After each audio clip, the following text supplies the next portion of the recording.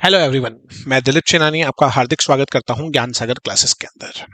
तो स्टूडेंट्स, आप लोगों के जून 2026 के पेपर एकदम निकट हैं। तो मैं आप लोगों के लिए लेकर के आया हूं सुपर 50 सीरीज। जी हाँ, सही सुना आप लोगों ने, सुपर 50 सीरीज। इस सीरीज के अंदर हम आप लोगों को फाइनल के कुछ सब्जेक्ट्स के टॉप 50 क्वेश्चंस करवाएंगे, जो कि आपके एग्जाम के लिए बहुत ही ज्यादा बेनिफिशियल हैं और बहुत ही ज्यादा इंपॉर्टेंट है। हम ओवरऑल पूरे के पूरे सिलेबस के अंदर से आप लोगों को करवाने वाले हैं टॉप 50 क्वेश्चंस, जो कि एग्जाम के पॉइंट ऑफ व्यू से बहुत ज्यादा इंपॉर्टेंट है। सो मैं स्टार्ट कर रहा हूं आपके paper number 18 group 4 corporate financial reporting के साथ, जहां पे हम लोग कुछ पर्टिकुलर इंपॉर्टेंट टॉपिक्स के क्वेश्चंस के बारे में बातचीत करेंगे। राइट, तो चलिए शुरुआत करते हैं हम लोग टॉप 50 क्वेश्चंस की, जहां पे सबसे पहले मैं टॉपिक जो आप लोगों को बताने जा रहा हूं, हम लोग शुरुआत कर रहे हैं टॉपिक इन एएस नंबर 116 से।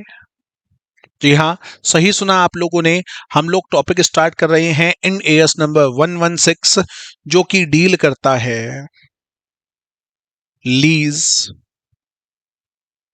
अकाउंटिंग से। अगर मैं एग्जाम के पॉइंट ऑफ व्यू से बोलूं तो ये आपके कुछ स्पेसिफिक इंडियन अकाउंटिंग स्टैंडर्ड्स हैं, जो कि आपके एग्जाम में अराउंड 24 और 25 मार्क्स के पूछे जाते हैं, जिसके अंदर एमसीक्यू क्वेश्चंस भी रहते हैं और कुछ लॉन्ग क्वेश्चंस भी रहते हैं। जैसे कि आपका क्वेश्चन नंबर 2 का ए, 2 का बी एंड 3 का ए, ये particular in specific accounting standard से ही रहते हैं। तो हम लोग उन स्पेसिफिक अकाउंटिंग स्टैंडर्ड्स के अंदर जो सबसे इंपॉर्टेंट टॉपिक है लीज, हम लोग वहां से शुरुआत करने जा रहे हैं। राइट, चलिए।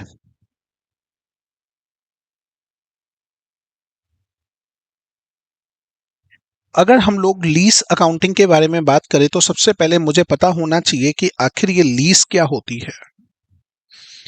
देखिए, जब कोई पर्टिकुलर पर्सन अपनी एसेट्स को यूज करने के पर्पस से किसी दूसरे पर्टिकुलर पर्सन को रेंट पे देता है, तो जो पर्सन अपनी एसेट्स किसी दूसरे पर्सन को ट्रांसफर कर रहा है, तो वो पर्सन तो कहलाता है लेसर। और जिस पर्टिकुलर पर्सन को वो एसेट्स ट्रांसफर की जा रही है, उसे कहा जाता है लेसे। यहां पर लेसर की तरफ से लेसी को अपनी एसेट्स ट्रांसफर की गई, जहां पर लेसी के पास full to right to use है, right to use and right to control the assets. जब तक लीज टर्म है तो सारे के सारे राइट अवेलेबल हैं लेसी के पास, और इन सभी चीजों के लिए लेसी लेसर को पे करेगा ईयरली रेंट, जिसे हम लोग बोलते हैं लीज रेंट। राइट, और इस तरीके से जब एक एसेट्स किसी दूसरे पर्सन को दी जा रही है रेंट पे फॉर लॉन्ग टर्म पर्पस, तो उस एग्रीमेंट को बोला जाता है लीज एग्रीमेंट। अगर मैं आपके एग्जाम के पॉइंट ऑफ व्यू से बात करूं सिंपल सी शब्दों में, आपके एग्जाम के अंदर 2 का ए या फिर 2 का बी जो सीएफआर के अंदर आने वाला है, वो बेसिक इंड एएस से क्वेश्चंस आते हैं। उस बेसिक इंड एएस में काफी इंपॉर्टेंट टॉपिक ये डील करता है, और हम लोग यहाँ पर एक क्विक कंसेप्ट देख रहे हैं, साथ में हम लोग मैक्सिमम क्वेश्चंस की प्रैक्टिस देख रहे हैं। राइट, आगे की बातचीत करूं तो यहां पर जब ये लीज एग्रीमेंट क्रिएट हुआ, तो इस लीज एग्रीमेंट की अकाउंटिंग किस ब्याज पे की जाएगी, उसके लिए अलग से एक स्पेसिफाइड इन एएस बनाया गया है, जिसका नाम है इन एएस नंबर 116। राइट, आगे अपन बढ़े उससे पहले मैं आपको क्लियर करूं एक थियोरेटिकल पार्ट और टाइप्स ऑफ लीज के अंदर से। अगर मैं टाइप ऑफ लीज के बारे में आप लोगों से बातचीत करूं तो इन एएस नंबर 116 बोलता है लीज दो तरीके की होती है। सबसे पहली लीज होती है फाइनेंसिंग लीज। फाइनेंसिंग लीज का मतलब है at the end of lease term, जितने सालों की भी लीज होगी, the lease assets now the part of Lesi. जितनी भी लीज एसेट्स है वो पूरी की पूरी अब ट्रांसफर कर दी जाएगी लेसी के पास। अब उसके पूरे के पूरे जो लीगल राइट है वो लेसी के पास है, लेसर के पास किसी भी तरीके के राइट नहीं होंगे। राइट, सारे के सारे पार्ट, सारी की सारी एसेट्स, सारी का सारा एसेट्स का कंट्रोल ट्रांसफर कर दिया जाएगा लेसी को। अब हम कैसे आइडेंटिफाई करें कि जो ये लीज है वो फाइनेंसिंग लीज ही है या फिर वो लीज कोई और लीज है? और लीज का मतलब है ऑपरेटिंग लीज है। दूसरी लीज होती है ऑपरेटिंग लीज। अगर मैं ऑपरेटिंग लीज के बारे में आप लोगों से सिंपल शब्दों में बात करूं, eight the and lesser get back the lease assets. Financing lease के अंदर जो प्रॉपर्टी है, जो भी एसेट्स है, वो ट्रांसफर कर दी जाती है लेसी के पास, जबकि ऑपरेटिंग लीज के अंदर वो वापस से बैक ले ली जाती है लेसर के, वापस से आ जाती है लेसर के पास। अब हम आइडेंटिफाई कैसे करें कि ये फाइनेंसिंग लीज है या फिर ये ऑपरेटिंग लीज है? क्योंकि जब तक हम लोग ये आइडेंटिफाई नहीं कर पाएंगे तब तक हम लोग किसी भी तरीके का कंप्यूटेशन नहीं कर सकते, क्योंकि अकाउंटिंग फाइनेंसिंग लीज की एकदम अलग होती है और ऑपरेटिंग लीज की अकाउंटिंग एकदम अलग होती है। राइट तो इन एएस नंबर 116 का सिंपल सा बोलना है कि भैया जब आपको अकाउंटिंग करनी है तो उस अकाउंटिंग के अंदर आपके लिए 5 कंडीशंस हैं। इन 5 कंडीशंस में से अगर एक भी कंडीशन फॉलो हो जाए तो वो फाइनेंसिंग लीज है। अगर एक भी कंडीशन फॉलो नहीं होगी तो वो हो जाएगी ऑपरेटिंग लीज। सबसे पहली कंडीशन सबसे पहली कंडीशन है कि भैया at the end of lease term, जितने सालों की लीज एसेट्स है, जितने सालों की लीज एसेट्स है, at the end of lease term the assets transfer to lessee. ये एग्रीमेंट के अंदर पहले ही लिखा हुआ है कि ये जो एसेट्स है at the end of the lease term हम किसको ट्रांसफर कर देंगे? लेसी को ट्रांसफर कर देंगे। दूसरी कंडीशन है economic life of lease assets equal to lease term. 5 साल के लिए एसेट्स को लीज पे दिया और उस एसेट्स की लाइफ भी 5 साल की है, तो इस केस के अंदर हमेशा ध्यान रखिए वो जो लीज एसेट्स है वो कहलाती है financing lease. Right, third condition के बारे में बात करूं, at expiry the lessee has the option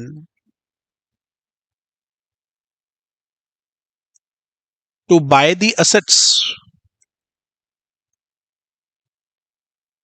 at lower than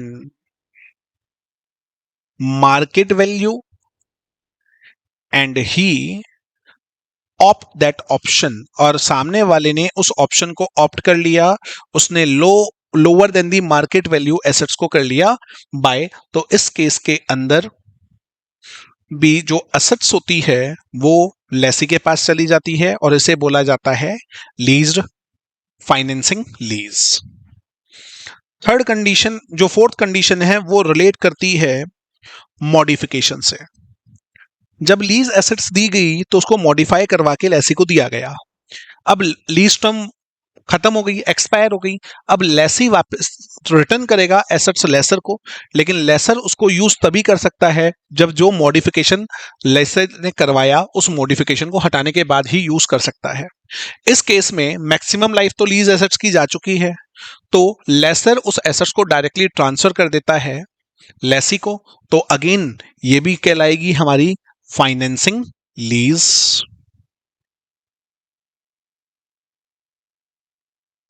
जो इसकी फिफ्थ और लास्ट कंडीशन है उसका सिंपल सी बात है, जिस दिन आप इंसेप्शन करेंगे कॉन्ट्रैक्ट का, जिस दिन लीज एसेट्स को दिया जाएगा लेसी के पास, तो जो उसकी present value of lease payment है,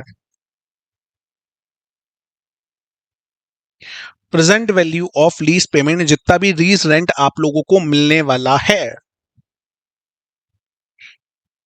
ऑफ असेट्स,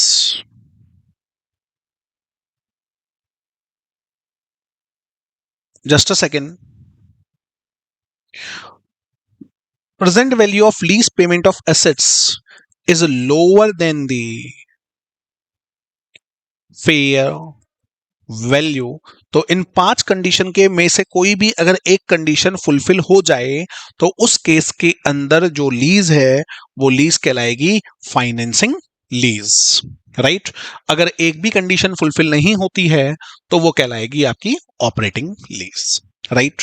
अब हम लोग बात करते हैं कि जब फाइनेंसिंग लीज होती है, उस फाइनेंसिंग लीज की जब अकाउंटिंग की जाएगी, जब फाइनेंसिंग लीज होगी, उस फाइनेंसिंग लीज की जब अकाउंटिंग की जाएगी, तो उस अकाउंटिंग के अंदर सबसे पहले हम लोग बात करेंगे लेसी, लेसी की। लेसी अपनी बुक्स के अंदर लीज की जो वैल्यू दिखाएगा वो लीज वैल्यू होगी लोअर ऑफ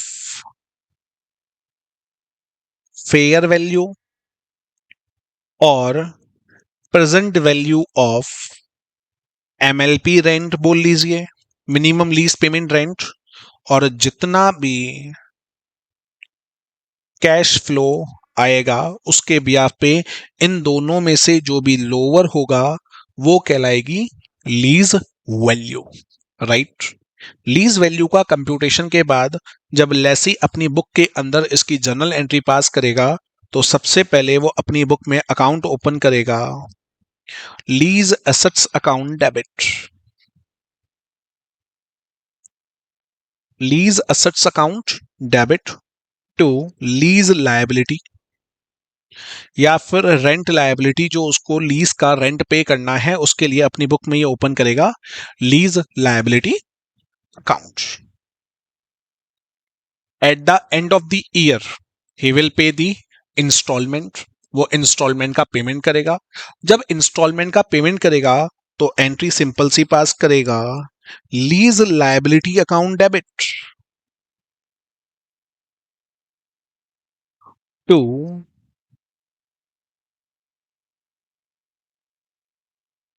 बैंक अकाउंट। यहां तक तो ठीक है, बट जितना भी इसने लीज की लायबिलिटी का पेमेंट किया है इसके साथ साथ ये इंटरेस्ट का भी पेमेंट करेगा, तो यहां पे ये अकाउंट एक और ओपन करेगा, फाइनेंशियल चार्जेस या financing charge account debit, lease liability account debit to bank account, right. ये दो अकाउंट ये अपनी बुक के अंदर सबसे पहले ओपन करेगा। Again eight the end of the year जो ये एसेट्स है, फाइनेंसिंग लीज है तो डिपेंड करती है लेसी की, लेसी की परमानेंट एसेट्स है, तो ये इसके ऊपर चार्ज करेगा डेप्रीशिएशन। डेप्रीशिएशन के लिए जर्नल एंट्री पास होगी depreciation account debit to lease assets account, और जो ये डेप्रीशिएशन चार्ज होगा ये डेप्रीशिएशन चार्ज किया जाएगा in AS number 16 that is property plant and equipment के accordingly, right. Last first year के एंड के अंदर एक और एंट्री पास करेगा profit and loss account debit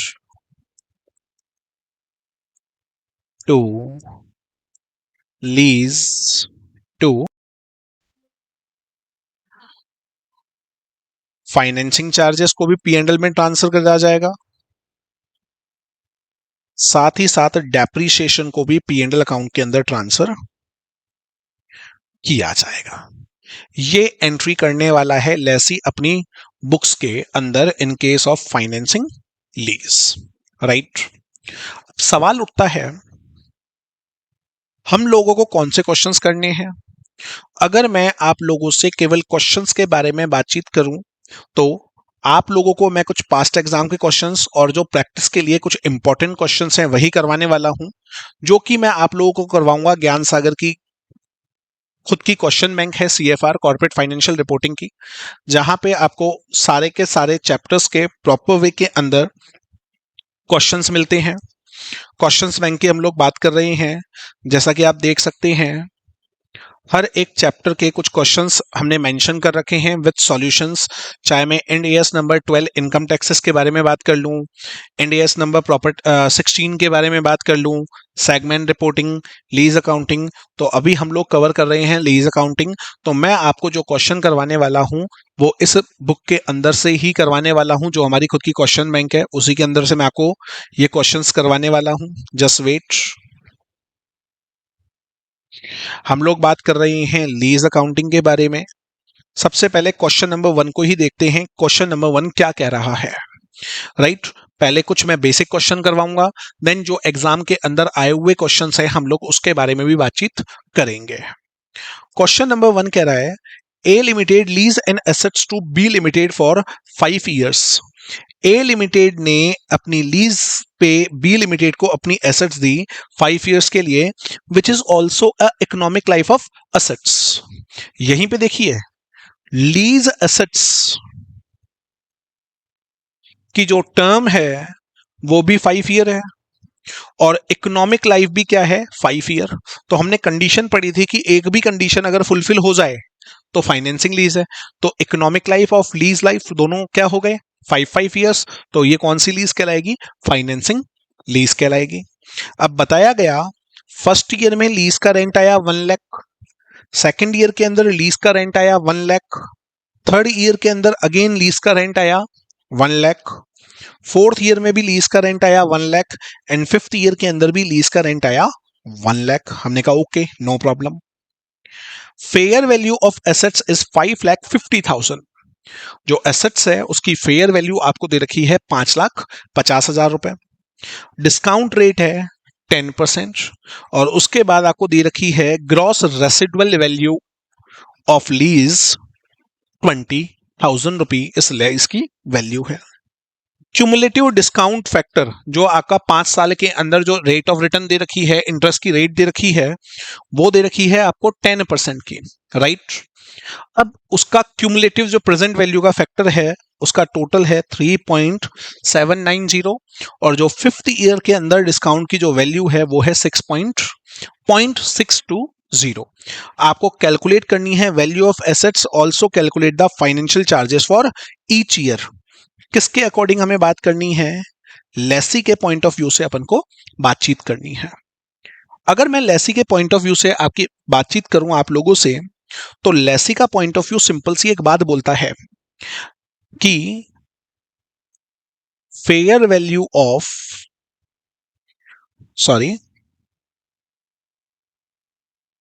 value of lease assets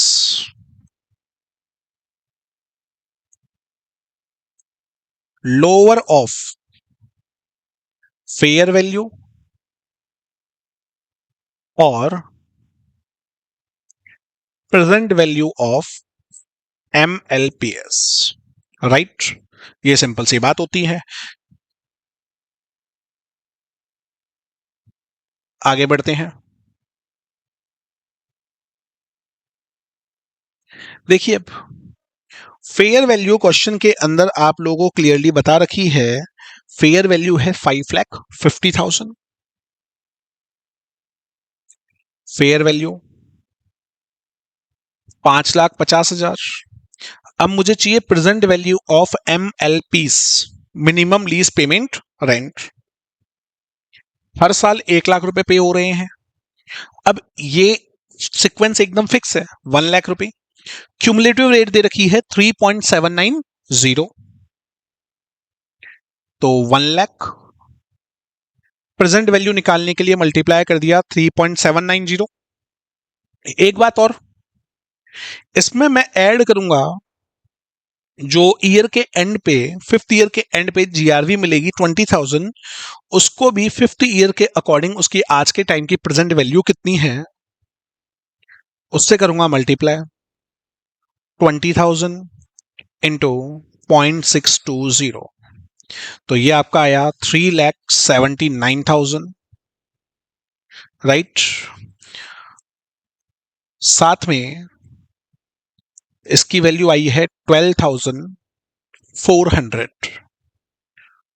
total करूंगा तो ये हो रहा है 3,91,400। अब मैं इन दोनों में से अगर लोअर की बात करूं तो लोअर आ गया 3,91,400। तो लेसी अपनी बुक्स ऑफ अकाउंट्स के अंदर इस लीज की वैल्यू दिखाएगा 3,91,400 रुपए, राइट। बात समझ में आई।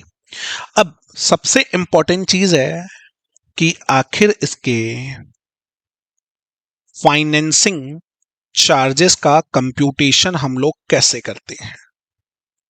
How we compute financing charges. By the way question bank के अंदर मैं आपको क्लियरली दिखा दूं, value of assets lower of fair value 3,79,000 plus 12,400, ये आया 3,91,400, और फेयर वैल्यू है 550, इन दोनों के बीच में लोअर आया 3,91,400, राइट। अब सवाल उठता है कि सर अगर हमें इसके फाइनेंसिंग चार्जेस को कैलकुलेट करना है तो उस फाइनेंसिंग चार्जेस के लिए हम लोगों को एक टेबल बनानी पड़ेगी, जैसा कि आप सामने भी टेबल देख रहे हैं। इन्वेस्टमेंट नंबर मतलब first year, second year, third year, fourth year and 5th year, right. अब opening balance of unpaid cash price, हमने जो एसेट्स की वैल्यू निकाली है वो निकाली थी 3,91,400 first year.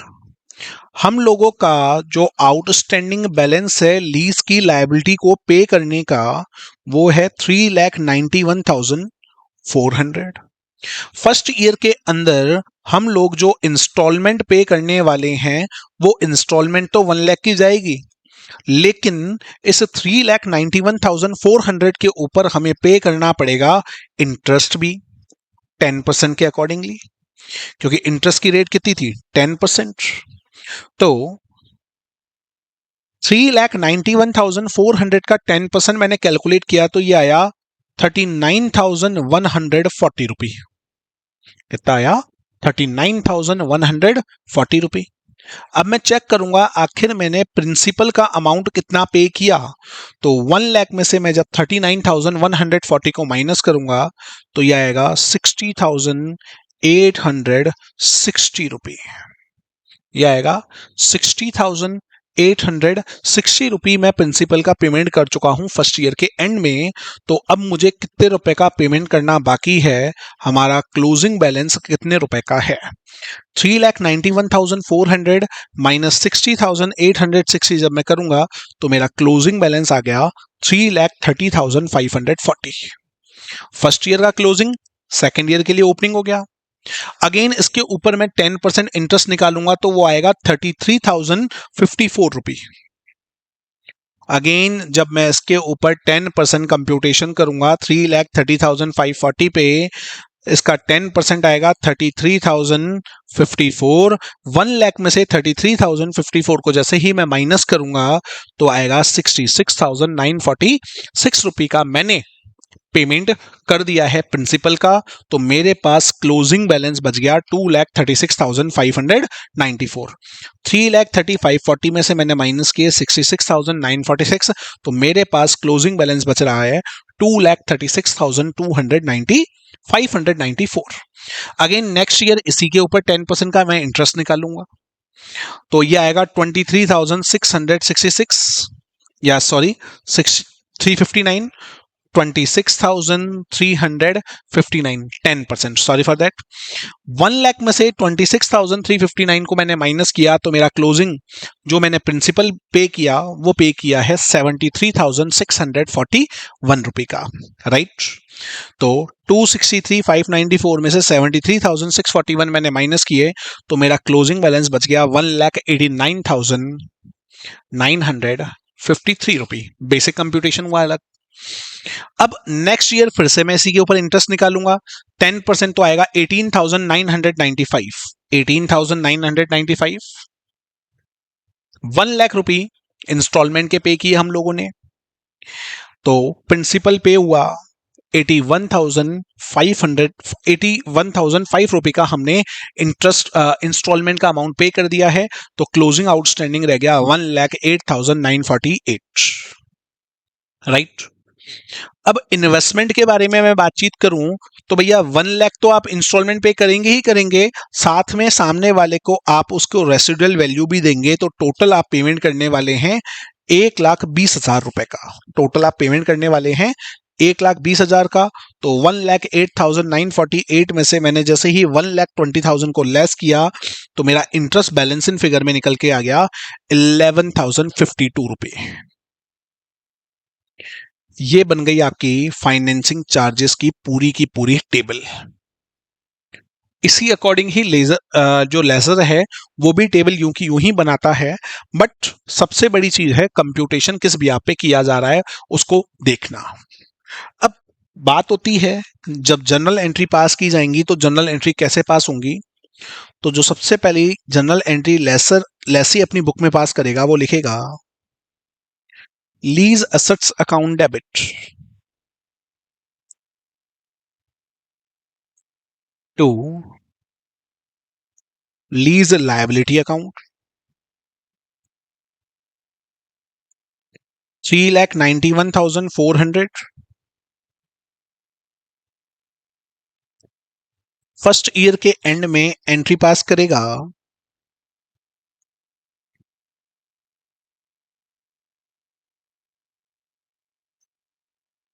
Financing charges account debit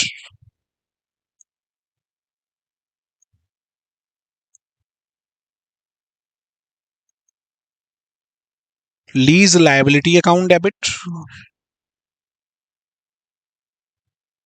to bank account. Bank में पे करेगा 1 लाख रुपए। फाइनेंसिंग चार्जेस की बात करें तो फर्स्ट ईयर के फाइनेंसिंग चार्ज थे 39,140, प्रिंसिपल पे हुआ था 60,860। फाइनेंसिंग चार्जेस हो गए 39,140, प्रिंसिपल पे हो गया 60,860। ये होगी फर्स्ट ईयर के एंड में। सेकंड, फर्स्ट ईयर के एंड में ही डेप्रीशिएशन भी चार्ज होगा, तो depreciation account debit to lease assets account. 3,91,400 की एसेट्स है, 5 ईयर के लिए लीज पे ली गई है। डिवाइड देंगे 3,91,400 में 5 का,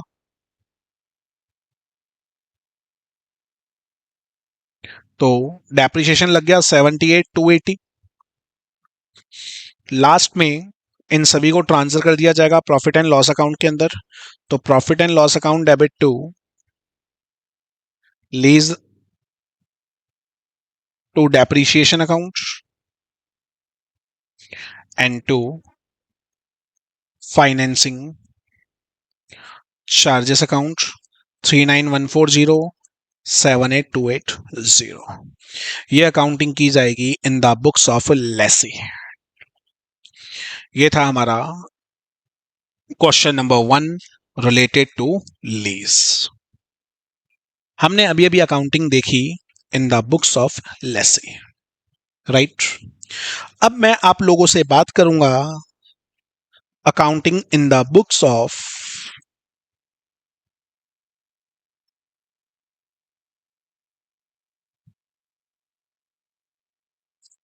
लेसर।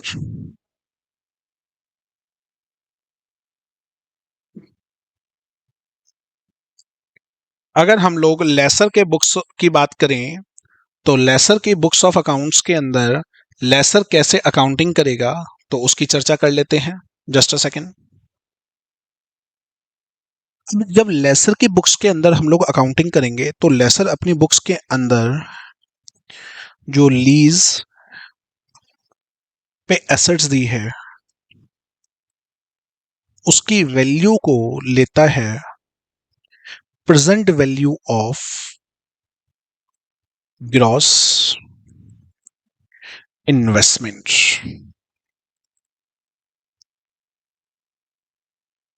बात आती है कि आखिर ये present value of gross investment का कंप्यूटेशन कैसे किया जाए।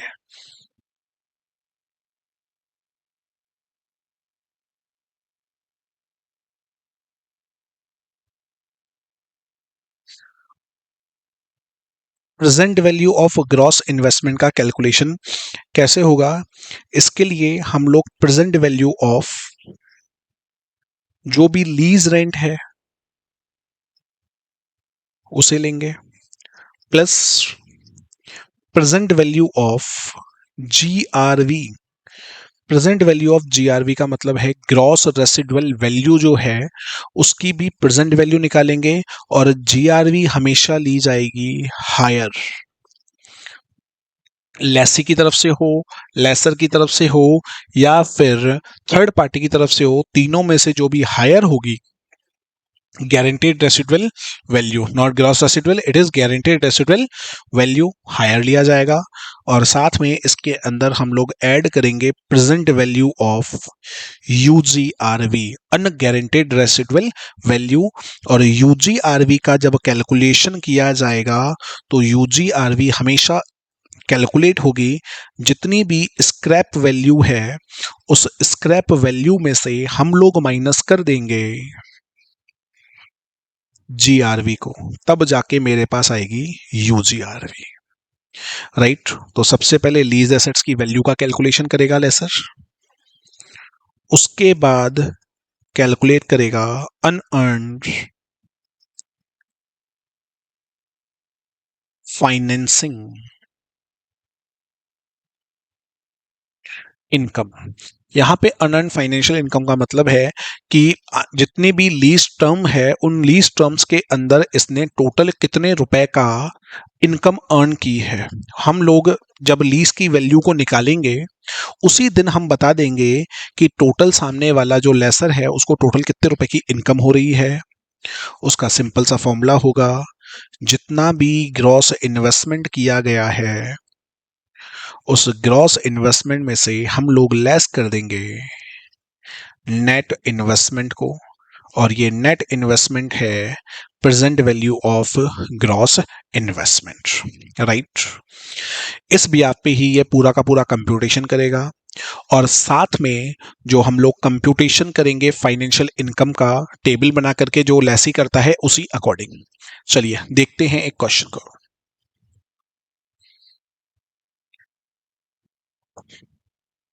Just a second.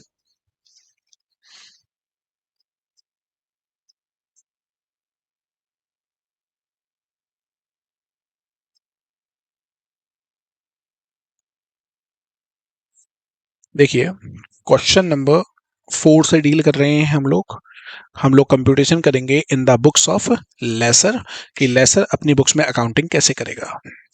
क्वेश्चन में बोला गया calculate the value of assets in the books of lessor and financial income for each year from the following data. किसकी बुक के अंदर, लेसर, और हर साल की फाइनेंशियल इनकम का भी हमें कंप्यूटेशन करना है। जैसा कि बताया गया लीज टर्म है 4 साल की, मतलब हमें रेंट मिलेगा 4 सालों तक। लीज रेंट फर्स्ट ईयर में 1 लाख, सेकेंड ईयर में 120, थर्ड ईयर में 90, फोर्थ ईयर में 1,10,000। उसके बाद रखिए gross residual value by lessee on the behalf of lessor 18,000, 15,000 GRV by third party 25,000। यहां दे रखी है स्क्रैप वैल्यू 40,000 और डिस्काउंट की रेट दे रखी है 12%। तो सबसे पहले जब मैं कंप्यूटेशन करूंगा lease rent first year, second year, third year, fourth year. First year में मेरे पास टोटल पेमेंट आया है 1 लाख, फिर 1 20, 1 लाख का, 1,20,000 का, 90,000 का और 1,10,000 रुपए का। राइट। जैसे ही लीज टर्म एक्सपायर होगी मुझे चाहिए गारंटेड रेसिडुअल वैल्यू। मैंने आपको कहा था हायर वाली लीज आती है 15, 18, 25, हायर है 25,000। राइट। फिर मैं लूंगा यूजीआरवी, सिंपल सा formula, scrap value minus GRV. Scrap value है 40,000 और ये है 25,000। 40,000 और 25,000 के बीच में डिफरेंस हो गया 15,000 रुपए का। ये आ गया 15,000। डिस्काउंट फैक्टर की प्रेजेंट वैल्यू जो कि 12% दे रखी है, 12% की वैल्यू आपके सामने है, देख सकते हैं। फर्स्ट ईयर में होगी 0.893, सेकेंड ईयर के अंदर होगी 0.797, थर्ड ईयर के अंदर होगी 712, फोर्थ ईयर के अंदर होगी 636। अब जो जीआरवी है वो भी फोर्थ ईयर के अंदर आएगी और जो यूजीआरवी है वो भी फोर्थ ईयर के अंदर आएगी। 636 636 मल्टीप्लाई करके मैंने निकाल ली प्रेजेंट वैल्यू और प्रेजेंट वैल्यू का टोटल आ रहा है 3,44,420। जब इसकी प्रेजेंट वैल्यू हम लोग कैलकुलेट करके आ रहे हैं तो इसका टोटल आ रहा है 3,44,420।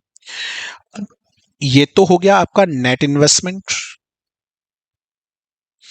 और ये है आपका ग्रॉस इन्वेस्टमेंट 6 लाख रुपए का, सॉरी 4,60,000 रुपए का आपका है gross investment. 460, 3,44,420। Unearned financial income का कैलकुलेशन मैंने करना आपको बताया। अनअर्न्ड फाइनेंसिंग इनकम की जब बात की जाएगी तो gross investment minus net investment. Gross investment है 4,60,000, नेट इन्वेस्टमेंट है 3,44,420। इन दोनों के बीच में जो भी डिफरेंस है वो है हमारी अनअर्न्ड फाइनेंशियल इनकम जो कि है 1,15,480। सिंपल सा कंप्यूटेशन। अब ये तो एक साथ आपने अनअर्न्ड फाइनेंशियल इनकम बता दी, मुझे बतानी है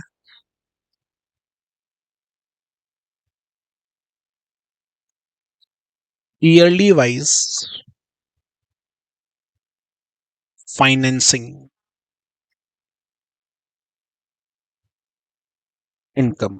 अगेन मुझे फाइनेंशियल इनकम की टेबल बनानी पड़ेगी, आपके सामने है। Year opening unpaid balance 3,44,420। Interest होगा इसका 12% जो कि है 41,330। हम लोगों ने फर्स्ट ईयर के अंदर लीज का रेंट पे किया 1 लाख। 1 लाख में से 41,330 को मैंने माइनस किया तो मेरे पास कंप्यूटेशन करके प्रिंसिपल का पेमेंट आया 58,670। मेरे पास फर्स्ट ईयर के एंड में क्लोजिंग बैलेंस कितने का बचा, 344,420 में से 58,670 को माइनस किया तो ये आ गया 285,750। नेक्स्ट ईयर इसका 12% आया 34,290। 1,20,000 पेमेंट हुआ है, इन दोनों के बीच में डिफरेंस आया 85,710 का जो कि मैंने मेरे प्रिंसिपल का पेमेंट कर दिया है। तो 285,750 में से मैंने माइनस कर दिए 85,710 तो मेरे पास वैल्यू बची 2,40,000। राइट। 2,40,000 का 12% निकाला 24,500। 90,000 का पेमेंट हुआ तो मेरा प्रिंसिपल पे हुआ 65,995। 2,40,000 में से 65,995 माइनस किया तो आउटस्टैंडिंग बैलेंस बच गया 1,34,045। 1,34,045।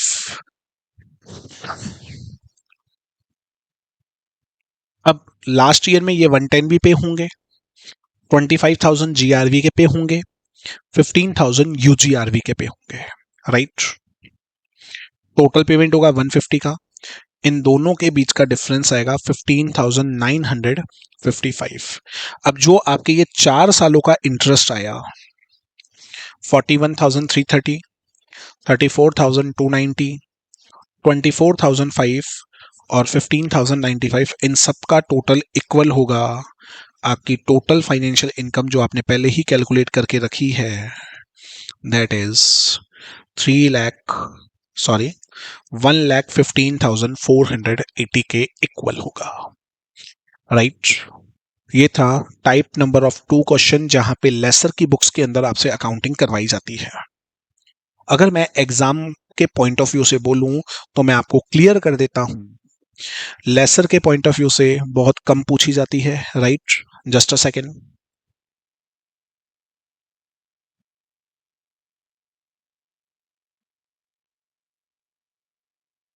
आगे की बातचीत करते हैं। क्वेश्चन नंबर 5 इंपॉर्टेंट क्वेश्चन है। राइट अब ये क्वेश्चन नंबर 5 के अंदर आपको कैलकुलेट करवाएगा लीज का रेंट। आपने दोनों क्वेश्चन देखे जहां पे लीज का रेंट पहले से ही गिवन था, इसके अंदर लीज का रेंट बिल्कुल भी गिवन नहीं है, तो उस लीज के रेंट को हमें खुद को कैलकुलेट करना पड़ेगा। कैसे, आइए देखते हैं। An assets with a market value of 87,900 is leased on 1/1/2009। एक एसेट्स है जिसकी मार्केट वैल्यू है 87,900, उसको लीज पर दे दिया गया है। Right 5 annual lease payment are due at the each end of the year from the 31/12/2009। मतलब हर साल के एंड पे इंटरेस्ट का अमाउंट का पे किया जाएगा लीज रेंट का। द अनगारंटीड रेसिडुअल वैल्यू कितने की है, 50,000 की। आपको इन्होंने यूजीआरवी की वैल्यू दे रखी है 50,000 रुपए, और बोला गया लेसर के पॉइंट ऑफ व्यू से इम्प्लिसिट इंटरेस्ट की रेट है 10%। हमने कहा okay no problem. Calculate the annual lease rent and unearned financial income. अब देखिए लेसर के पॉइंट ऑफ व्यू से बात करते हैं, तो लेसर के पॉइंट ऑफ व्यू से वैल्यू ऑफ लीज वो होती है present value of MLP plus present value of UGRV plus GRV, लेकिन इस क्वेश्चन के अंदर जीआरवी दे नहीं रखा है। वैल्यू ऑफ लीज आपको खुद ने ही बता रखी है 87,900। अब प्रेजेंट वैल्यू ऑफ एमएलपी मेरे पास है नहीं। प्रेजेंट वैल्यू ऑफ एमएलपी निकलती है जब हम लोग डिस्काउंट फैक्टर को मल्टीप्लाई करते हैं जितना भी लीज रेंट पे किया गया है year wise, plus present value discount factor into UGRV. UGRV दे रखा है आपको 50,000 रुपए का। राइट कंप्यूटेशन करना है, इम्प्लिसिट रेट है 10%। अब मैंने क्या किया, लीज 5 एनुअल लीज टर्म है, तो मैंने क्यूमुलेटिव रेट निकाली 10% के अकॉर्डिंगली। मैंने निकाली 10% की क्यूमुलेटिव रेट जो कि आई 3.79। तो ये 87,900 इक्वल्स हो गया discount factor that is 3.79 multiply lease rent मुझे कैलकुलेट करना है, तो इसको मैंने लीज रेंट का लीज रेंट रहने दिया, प्लस 5 साल के बाद 10% की वैल्यू कितनी रहने वाली है, जिसका प्रेजेंट वैल्यू उसकी 6.21 0.621 मल्टीप्लाई बाय 50,000, ये इक्वल्स होगा 87,900 के। राइट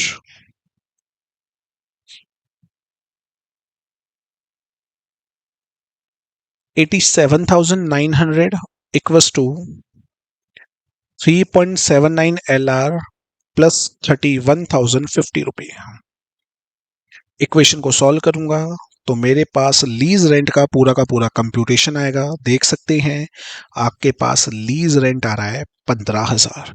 मतलब हर साल हम लोग पेमेंट करने वाले हैं 15,000 रुपए के लीज रेंट का। इंपॉर्टेंट क्वेश्चन है, ध्यान रखिएगा।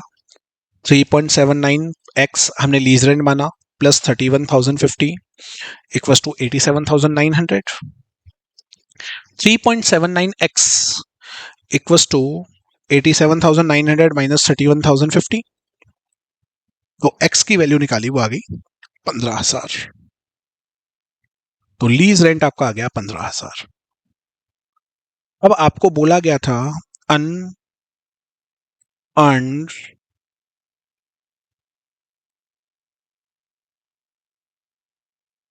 Financing income. हमें पता है gross investment minus net investment. Net investment है 87,900। अब ग्रॉस इन्वेस्टमेंट क्या होता है? जितना भी रेंट पे किया plus GRV plus UGRV. Gross investment 15,000 हर साल रेंट जाएगा 5 सालों तक, प्लस 50,000 यूजीआरवी के माइनस, तो ये हो गया 1,25,000 माइनस 87,900। राइट, देख सकते हैं 75 प्लस 50, ये टोटल हुआ 1,25,000, माइनस कर देंगे 87,900, तो आपकी वैल्यू आ गई 37,100 अनअर्न्ड फाइनेंशियल इनकम। ये पूरा का पूरा कंप्यूटेशन किया जाता है on the basis of lessor. Lessee की अकाउंटिंग इंपॉर्टेंट है, और लेसर की अगर मैं बात करूं तो आखिर लीज रेंट का पेमेंट कैसे कैलकुलेट हुआ वो बहुत ज्यादा इंपॉर्टेंट है, ध्यान रखिएगा। राइट, आगे बढ़ते हैं। अब इसका सबसे इंपॉर्टेंट क्वेश्चन जो पास्ट एग्जाम के अंदर आया है इस चैप्टर का, उसके बारे में बात कर लेते हैं। हमारे एसई के अंदर दिया गया है, ये क्वेश्चन भी देख सकते हैं आप। क्वेश्चन नंबर 19 जो कि आपसे दिसंबर और जून 24 के अंदर पूछा गया था, काफी इंपॉर्टेंट क्वेश्चन है। देखिए क्वेश्चन क्या कह रहा है। X Limited, a lessee, entered into a lease agreement with Y Limited, a lessor, to lease an entire floor of a mall for a period of a 9 year. X Limited एक लेसी है, उसने lease पे एक floor लिया है, कितने सालों के लिए? 9 ईयर्स के लिए फ्लोर को लिया। द एनुअल लीज रेंट 1,40,000, हर साल लीज के रेंट का पेमेंट किया जाएगा 40,000 रुपए का, is payable eight the end of each year. Just a second.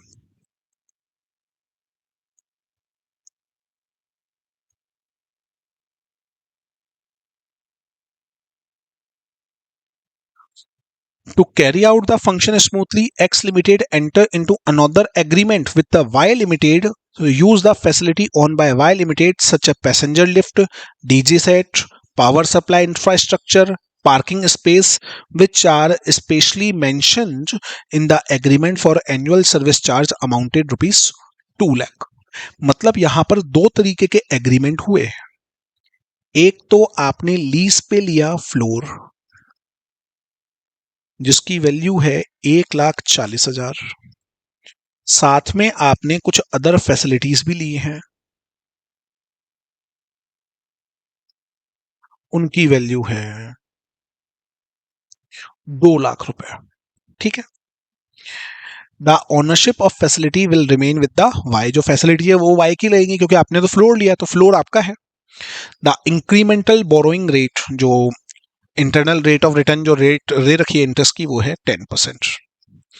The facility agreement shall coexist with the lease agreement and will terminate along with the termination of the lease agreement। भैया floor use करोगे तो facility use करनी पड़ेगी।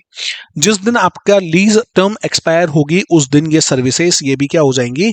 Expire कर दी जाएंगी। आपके पास future के अंदर इनका भी राइट नहीं रहेगा। ठीक है। X Limited has accessed at the stand-alone price of lease agreement 2,40,000। ये तो वैल्यू आपने ली है, बट इसका अगर स्टैंड अलोन प्राइस देखा जाए तो स्टैंड अलोन प्राइस जो फ्लोर है उसका तो है 2,40,000 रुपए, and the facility agreement is 1,60,000 per annum. Facility को अलग से अगर आप ले तो ये है 1,60,000 रुपए। X Limited has not elected to apply the practical expectation of not spreading the lease component from the non-lease component and accordingly separate the non-lease component from the lease component. Actually इसके अंदर दो component हो गए, एक तो lease पे है और एक विदाउट लीज है, तो इसने इन दोनों को बिल्कुल भी अलग नहीं किया है, राइट? Just a second. अब जो लीज है इसमें एक तो एग्रीमेंट है लीज वाला और एक दूसरा है फैसिलिटी वाला, तो ये क्या कर रहा है, दोनों को एकदम अलग अलग अकाउंटिंग कर रहा है। Discuss how X limited will account for lease liability as the commencement of the date, कि आखिर वो अकाउंटिंग कैसे करेगा। तो सबसे पहली चीज आपको मैं एक चीज क्लियर करता हूं रिलेटेड टू दिस क्वेश्चन। देखो यहां पर हो क्या रहा है, स्टैंड अलोन प्राइस तो है 2,40,000, 1,60,000,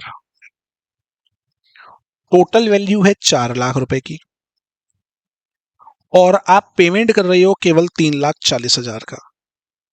तो जब रेवेन्यू के भी आप पे बात होती है, फेयर वैल्यू के अकॉर्डिंग बात होती है, अगर आप बल्क में कोई भी चीज परचेस कर रहे हो और आप अमाउंट कम दे रहे हो, उस केस के अंदर फेयर वैल्यू 109 के अकॉर्डिंग, इंस्ट्रूमेंट के अकॉर्डिंग, साथ में अगर मैं रेवेन्यू विद कॉन्ट्रैक्ट्स के बारे में बात करूं इन एएस नंबर 115, तो हमेशा ध्यान रखिए जितना अमाउंट आप पे कर रहे हैं उसको हम लोग स्टैंड अलोन प्राइस के रेशो के अंदर डिस्ट्रीब्यूट करते हैं। कहने का मतलब ये जो 3,40,000 रुपये है, इसको हम 240 और 160 के रेशो में डिस्ट्रीब्यूट करेंगे, इनका रेशो आएगा 3:2, तो इट इज मल्टीप्लाई बाय 3/5 और ये आएगा 3,40,000 मल्टीप्लाई बाय 2/5, तो ये तो हो गया 2,04,000 और ये हो गया आपका 1,36,000। तो जब आप अकाउंटिंग करने के लिए जाएंगे तो इसकी फेयर वैल्यू जो आप लेने वाले हैं वो लेने वाले हैं 2,04,000 और जो अदर फैसिलिटी है उसकी वैल्यू लेने वाले हैं 1,36,000। देखिए, X Limited identified that the contract contained the lease component of premises and loss non-lease component to be availed. Because X Limited has not elected to apply the practical paragraph number 15 of India 6, it will be separate the lease component and non-lease component. Shall allocate the total consideration 340 to lease component and non-lease component in the ratio of their stand-alone price. वही मैंने यहाँ पे कैम्प्यूटेशन किया, 2,04,000, 1,36,000, तो total आया 3,40,000, right. तो हर साल जो रेंट का पेमेंट होगा वो कितना होने वाला है, 2,04,000 रुपये का लीज रेंट का पेमेंट होने वाला है। हमें देने के लिए तो इन्होंने बोला हर साल एनुअल लीज रेंट जाएगा 140, बट ये 140 नहीं है, स्टैंड अलोन में 240 है, लेकिन हम बल्क में पेमेंट कर रहे हैं, दो सर्विसेज का एक साथ कर रहे हैं, तो स्टैंड अलोन के प्राइस के रेशो के अंदर डिस्ट्रीब्यूट किया तो रेंट आया 2,04,000। अब लेसी जब लायबिलिटी की वैल्यू निकालता है तो lower of fair value, question में फेयर वैल्यू गिवन नहीं है, तो हम लोग क्या करने वाले हैं, जो हमें 9 सालों की डिस्काउंट की रेट दे रखी है उन्हें पिक करेंगे और प्रेजेंट वैल्यू निकालेंगे, जैसा कि मैंने यहाँ पे कर रखा है। 2,04,000 फर्स्ट ईयर की 909 मल्टीप्लाई किया तो present value I 185,436, 2,04,000 multiply by 826, overall मैंने जब इसकी फेयर वैल्यू निकाली तो वो निकल के आई 11,74,632। तो जब लेसी अपनी बुक्स के अंदर लीज लायबिलिटी क्रिएट करेगा और लीज एसेट्स क्रिएट करेगा, वो करेगा 11,74,632 रुपये के अकॉर्डिंगली। और ये रिसेंटली 2022 का जो आपका सिलेबस है उसके अंदर कॉपी पेस्ट क्वेश्चन आया हुआ है, तो ये एक इम्पॉर्टेंट क्वेश्चन है, इसीलिए इस क्वेश्चन को मैंने आप लोगों को भी करवाया है, राइट। अगर लीज के पॉइंट ऑफ व्यू से मैं बात करूं तो लीज के पॉइंट ऑफ व्यू से सबसे इंपॉर्टेंट क्वेश्चन एक ये है, उसके अलावा लेसी अपनी बुक्स के अंदर किस ब्याज पे अकाउंटिंग करता है, जो हमने लोअर ऑफ फॉलोइंग का कंप्यूटेशन किया उस अकॉर्डिंगली पूरा का पूरा computation, right. Just a second, ये आप लोगों का क्वेश्चन आया हुआ है, मैं क्लियर कर देता हूं, जून 2024 में काफी इंपॉर्टेंट क्वेश्चन है। सो यहाँ पे मेरा एक पार्ट, एक चैप्टर कंप्लीट होता है आपका लीज के रिवीजन का विद सम क्वेश्चंस। बाकी डे टू डे आपको वीडियोस मिलते रहेंगे जहां पे हम लोग आपको टोटल 50 क्वेश्चंस बताएंगे जो आपके एग्जाम के लिए बहुत ज्यादा इंपॉर्टेंट है। धन्यवाद।